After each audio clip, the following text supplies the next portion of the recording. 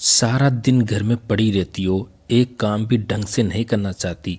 तुम्हें कितनी बार बताया है, मेरे तैयार होने से पहले मेरा नाश्ता तैयार हो जाना चाहिए। शादी के 25 सालों बाद भी मुझे क्यों बार बार एक ही बात बतानी पड़ती है?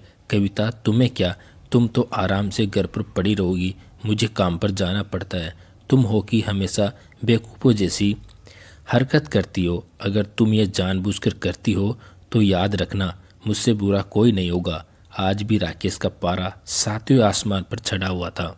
इन कट्टू शब्दों में अपना गुस्सा उतारते हुए, गीला तौलिया कुर्सी पर फेंकते हुए, राकेश गुस्से से कविता की तरफ देखने लगा।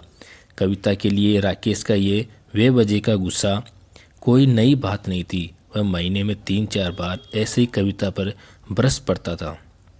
अगर कविता अपनी ज़रूरत के लिए राकेश से पैसे मांगती तो वो भी इतना एहसान जता कर देता कि मानो कविता का उन पैसों पर कोई हक नहीं था। धीरे धीरे कविता ने अपनी सारी ज़रूरतें और ख्वाहिशें उस घर की चार दीवारी में कहीं दफन कर दी थी। सिर्फ नौकरों की तरह काम करना और बेवजह राकेश की बातें सुनकर आंसू का घूंट पीकर रह जाना।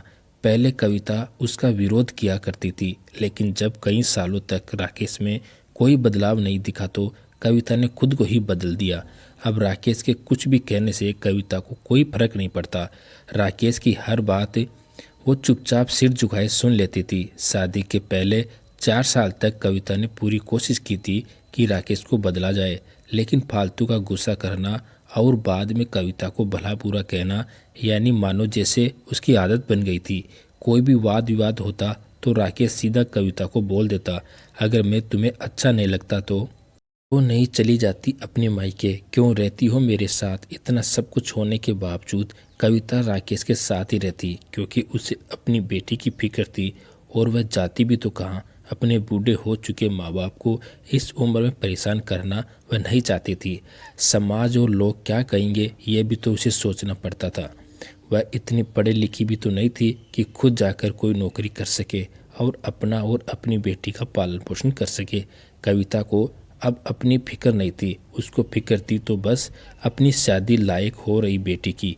कविता नहीं चाहती थी कि पति और पत्नी के झगड़े की वजह से पूनम डिस्टर्ब हो। पूनम की पढ़ाई पूरी हो चुकी थी, उसके लिए अब शादी के रिश्ते आने लगे थे।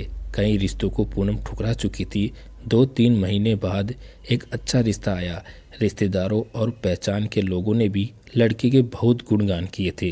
राकेश एक दिन शाम को अपनी बेटी के पास बैठकर उसे बताने लगा कि पूनम बहुत अच्छा लड़का है, पढ़ा लिखा है, बड़ा घर है, बहुत अच्छी नौकरी है। ऐसे रिश्ते बार बार नहीं आते बेटा, इस बार मना मत करना। पूनम अपने पिता से ज़्यादा बात नहीं करती थी, शायद डरती थी या शायद नफरत करती थी, लेकिन आज वो अपनी पूरी हिम्मत इकट्ठा कर बोली, मुझे अभी शादी नहीं करना है पापा, मैं नौकरी करना चाहती हूँ, खुद अपने पैरों पर खड़ी होना चाहती हूँ, मैं आत्मनिर्भर बनना चाहती हूँ। हाँ तो उसमें क्या बड़ी बात है? मैंने लड़के से बात की है, वह तुम्हें किसी बात के लिए नहीं रोकेगा। तुम शादी के बाद भी नौकरी कर सकती हो, वह तुम्हें नौकरी के लिए परमिशन दे देगा। मेरा नौकरी करना ना करना उसकी परमिशन पर क्यों डिपेंड रहेगा पापा? पूनम ने पूछा। मैं कह रहा हूँ ना, तुम्हें किसी भी चीज़ की कमी नहीं होगी वहाँ। ऐसे रिश्ते बार बार नहीं आते, इससे टुकराना मत, बहुत खुश रहोगे तुम वहाँ। पापा, क्या मैं उतनी खुश रहूँगी जितनी मम्मी इस घर में खुश है? पूनम ने तंस कसते हुए कहा। आज तुम्हारी जुबान कुछ ज़्यादा ही चल रही है पूनम। पापा, मुझे शादी ही नहीं करनी, क्योंकि शादी के बाद अगर वह लड़का आपके जैसा निकला तो मैं क्या करूँगी? मुझे आपका जैसा जीवन साथी नहीं चाहिए जो बिना बात के मुझ पर हमेशा चिल्लाए। मुझे कुछ भी अपनी पसंद का लेना हो तो 10 बार सोचना पड़े, कहीं वह नाराज़ ना हो जाए। मेरी तबीयत कैसी भी हो उसे परवाह ना हो। रोटी थोड़ी सी मोटी बन जाए तो घर सर पर उठा ले, उसकी चेक बुक ना मिले तो मेरा ही दोष निकाले, और हर छोटी मोटी बात पर मुझे मायके जाने के लिए कहे। इस घर के लिए मैं पराई हूँ, और अगर मेरा जीवन साथी भी आपके जैसे बात बात पे माँ बाप के घर जाने के लिए कहे तो मुझे बताइए, आखिर औरत का अपना घर कौन सा है जिसे वो अपना कह सके? पूनम ने अपना दिल खाली करते हुए पापा से सब कह दिया। राकेश का गुस्सा सातवें आसमान पर था, लेकिन उसके मुंह से एक भी शब्द नहीं फूट रहा था। वो पूनम की बातें सुन रहा था। पूनम उतना ही बोलकर चुप नहीं हुई। आज पहली बार वह अपने पापा के सामने इतना कुछ बोल रही थी। पापा, आपने माँ के साथ हमेशा गलत व्यवहार किया है। आप अपने ऑफिस का गुस्सा बिना सोचे समझे माँ पर उतार देते हैं। कभी इस बात की परवाह भी नहीं करते कि उन्हें कैसा लगता होगा। आपकी बातें सुन सुनकर माँ ने अपना स्वाभिमान खो दिया है। राकेश आज पहली बार अपने किए बर्ताव को महसूस कर पा रहा था। वो इतना ही बोल पाया, जो तुम्हारा मन करे वो करो, मैं तो इतना बुरा हूँ ना।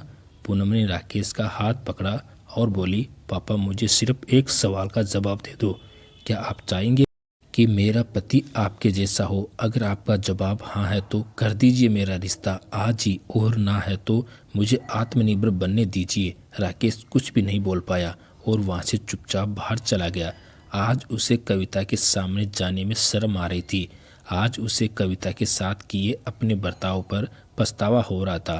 वो सोच रहा था, अगर मैं नहीं चाहता हूँ कि मेरी बेटी को ऐसा जीवन साथी मिले जो उसे खुश ना रखे, उसे दुख पहुँचाए, तो मैं कविता के साथ ऐसा कैसे कर रहा था? वो भी तो किसी की लाडली बेटी है। चलते चलते उसकी आंखों से आंसू बह रहे थे। राकेश ने आज से अपने बाप को बदलने का निश्चय किया। अगले दिन से कविता ने अपने पति में काफ़ी बदलाव देखा। वह सोचने लगी कि जो हिम्मत पूनम ने दिखाई है, वह हिम्मत अगर मैं पहले ही दिखा देती तो शायद आज परिस्थिति कुछ और होती। अब पूनम पढ़ लिख कर अच्छी नौकरी करने लगी थी और 2 साल बाद उसके लिए एक अच्छा रिश्ता आया। और उसकी विदाई पर राकेश बोला, बेटा तू हमेशा खुश रहेगी, क्योंकि तेरा पति तेरा पापा जैसा नहीं है। राकेश की यह बात सुनकर कविता और पूनम की आंखों से आंसू बहने लगे। तो दोस्तों, हमारे समाज में औरत को भले ही देवी का दर्जा दिया जाता है, लेकिन वह स्वतंत्रता नहीं दी जाती जो उन्हें देनी चाहिए।